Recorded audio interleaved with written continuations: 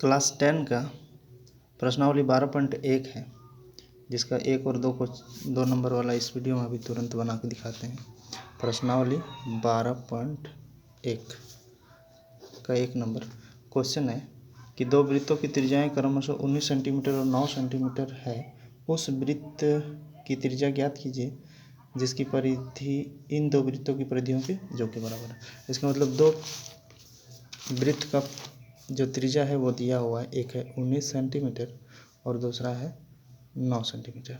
तो इन दोनों का जो परिधि है एक बड़ा परिधि बनेगा, इस परिधियों के बराबर है। इसका मतलब यहाँ पर कुछ त्रिज्या बनेगा इसका बड़ा वाला का, तो वही बड़ा त्रिज्या निकालना है। तो इसको R1 लिखते हैं, ये वाला को 19 सेंटीमीटर, और एक को R2 लिखते हैं, उसको 9 सेंटीमीटर। तो इस तरह से बड़ा जो बनेगा वो कुछ बनेगा, निकलेगा कुछ, इसको क्वेश्चन मार्क लिखते हैं। तो बड़े वृत्त की परिधि और ये दो जो छोटे परिधि दिया हुआ है, मतलब दोनों परिधियों का जोड़ेंगे तो बड़ा परिधि बनेगा। तो वो लिखने का अच्छा लिख देते हैं, दोनों छोटे वृत्तों के परिधियों का योग, मतलब दोनों को जोड़ देंगे तो ये बराबर आएगा। तो परिधि का फॉर्मूला होता है वृत्त का परिधि 2πr। ये बड़ा है इसलिए इसमें बड़ा R लिखें, इधर तो छोटा है इसलिए R1 और R2 स्मॉल लेटर में लिखते हैं। 2πr1 + 2πr2। तो 2π कॉमन ले लेते हैं और इधर भी 2π कॉमन ले लेते हैं, एक R1 R2। तो पाई 2 पाई समान था इसलिए इसको काट दिए। R बराबर R1 जो था 19 था और एक 9 था, इसका मतलब R = 28। तो ये छोटा सा है, 28 सेंटीमीटर आंसर हो गया।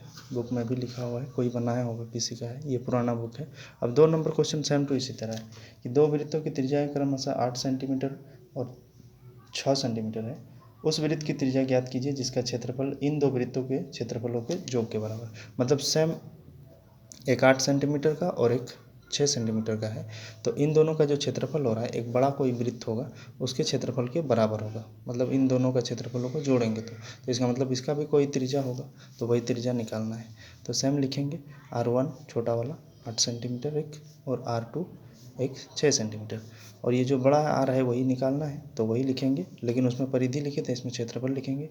तो बड़े वृत्त का क्षेत्रफल बराबर छोटे दोनों वृत्तों का क्षेत्रफल के क्षेत्रफलों का योग। देखिए थोड़ा इधर उधर लिखा जाता होगा, लेकिन मेरे आवाज़ पे ध्यान दीजिए। 2πr नहीं, सिर्फ πr² इसका फॉर्मूला होता है वृत्त के क्षेत्रफल।